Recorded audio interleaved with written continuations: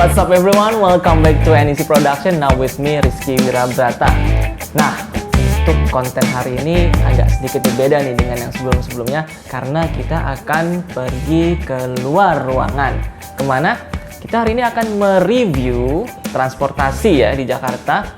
Salah satunya adalah LRT ya. Jadi nanti kita akan belajarnya ya, jalan-jalan sambil jalan-jalan naik LRT nih teman-teman. Nah, sebelum itu saya mau kasih sedikit quote ya, atau mungkin statement ya. Ini berkaitan dengan pembelajaran bahasa Inggris. Bentar, ngatur posisi dulu ya biar keren. Nah, jadi gini nih teman-teman. Belajar bahasa Inggris itu nggak harus selalu di kelas. Nggak harus selalu di kelas. Jadi belajar bahasa Inggris itu bisa dimanapun ya. You can learn English anywhere.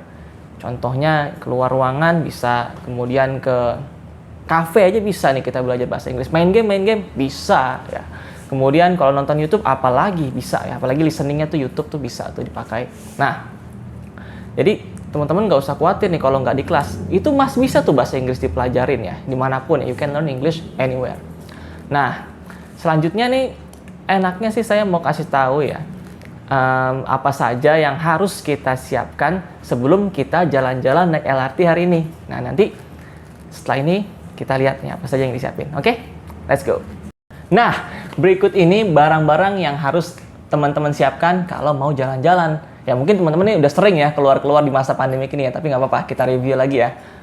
Pertama nih ya, udah pasti harus ada face mask ya, atau masker. Ini masker medis nih ya. Ini gunanya untuk apa ya? Pasti untuk melindungi kita dan juga orang lain ya. Dan untuk lebih safe lagi ya, saya sarankan kita pakai double mask ya, double face mask.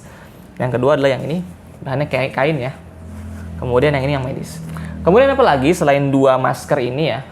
Yang pasti kita harus persiapkan handphone. Buat apa nih? Apakah buat foto-foto, buat selfie-selfie, buat bikin apa tuh namanya konten ya, reel atau yang lainnya? Enggak juga sebenarnya sih teman-teman. Tapi yang paling penting adalah aplikasi Peduli Lindungi. Ini sudah terinstall di handphone teman-teman. Kenapa? Karena kalau naik-naik transportasi nih ya, transportasi umum ya, public transportation itu, biasanya sebelum masuk, sebelum kita tap in itu akan diminta untuk check in. Nah, mungkin teman-teman yang udah sering nge-mall ya, atau sering ke cafe atau semacamnya udah sering nih pakai aplikasi Peduli Lindungi. Nah, nanti kita akan scan QR code-nya ya, setelah itu kita check in. Tapi nanti untuk prosedurnya akan saya tunjukkan nanti di shelter atau di haltenya. Oke, lanjut. Yang terakhir jangan lupa kartu. Nah, kartu e-money ya, atau seperti kartu yang biasa teman-teman pakai untuk naik Transjakarta atau naik komuter lain ya, karena kartu ini digunakan untuk tap in nantinya ya di LRT-nya dan juga di Transjakartanya. Jadi untuk sekarang ya tidak menerima cash ya, jadi harus tap in pakai kartu ini. Now let's go. Nah, jadi sebelum kita naik nih ke pedestrian bridge. Apa tuh pedestrian bridge? Pedestrian bridge itu adalah jembatan penyeberangan. Nah, pedestriannya itu pejalan kaki, bridge-nya jembatan ya. Jadi jembatan penyeberangan ya untuk pejalan kaki. Ini kita di sini ada trotoar ya. Trotoar itu in English disebutnya sidewalk atau pavement. Kemudian kalau teman-teman lihat nih, di tengah-tengahnya itu ada garis-garis kuning ya. Itu disebutnya tactile walking atau tactile paving. Itu gunanya untuk membantu teman-teman kita yang visionary, have vision impairment ya, atau gangguan penglihatan. Jadi untuk membantu mereka untuk jalannya juga begitu. Oke, lanjut.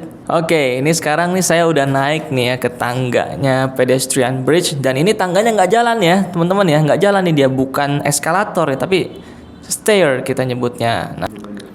Nah, we are at the bus shelter now. Kita udah di bus shelter nih. Tapi sebelum masuk, sekarang teman-teman nih kalau lagi di bus shelter ini keluarin dulu nih handphonenya. Bukan buat foto-foto ya, tapi buat scan QR code ya, bukan barcode ya, QR code ya. QR code di shelternya. Jadi teman-teman harus scanning dulu ya. Seperti kalau teman-teman masuk mall aja tuh ya, scan dulu di aplikasi Peduli Lindungi. Setelah itu check in. Gunanya untuk apa nih? Untuk membantu tracingnya ya. Jadi kita membantu lah program pemerintah itu. Sebelum kita masuk ke haltenya atau shelternya, jangan lupa tap in dulu di gate. Nah, ini namanya gate nih teman-teman nih. gates. Jadi itu gerbang ya untuk masuk ke shelternya.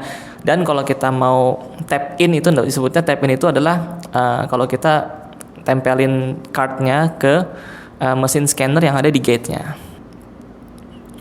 Tempat untuk kita naik Transjakarta busnya nanti itu disebutnya platform. Nah, platform itu seperti ini nih. Jadi tadi teman-teman kesini dulu, setelah itu naik ke Transjakarta busnya. Tapi ingat, jangan berdiri di sini nih, bahaya nih teman-teman. Jadi mungkin berdirinya itu di sebelum sliding door-nya itu ya. Sliding door itu yang pintu yang membuka sliding itu loh, otomatis itu kiri kanan itu. Nah, ini haltenya teman-teman. Nah, lengkap sekali, di situ ada trash can ya atau tong sampah. Di situ juga ada monitor ya untuk memantau Transjakarta yang mau datang. Nah, bisanya udah datang nih. Yuk kita naik, ikut yuk.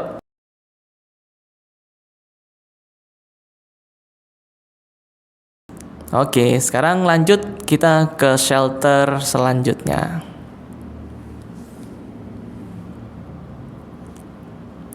Ini jaraknya panjang nih teman-teman nih, lebih panjang daripada tangga yang tadi nih. Ini kalau teman-teman kakinya pegel-pegel ya diurut.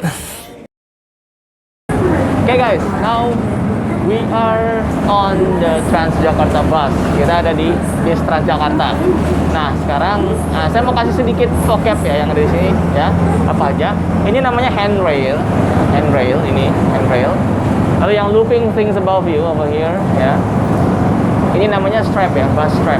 Itu gunanya itu untuk standing passengers ya, atau penumpang-penumpang yang berdiri itu untuk pegangan ya. Jadi biar mereka nggak jatuh guys ya, biar nggak jatuh. Nah, oke.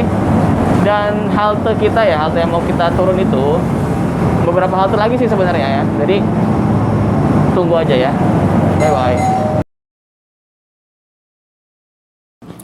Bis Transjakarta kita ini juga sudah dilengkapi oleh pengamanan loh teman-teman ya.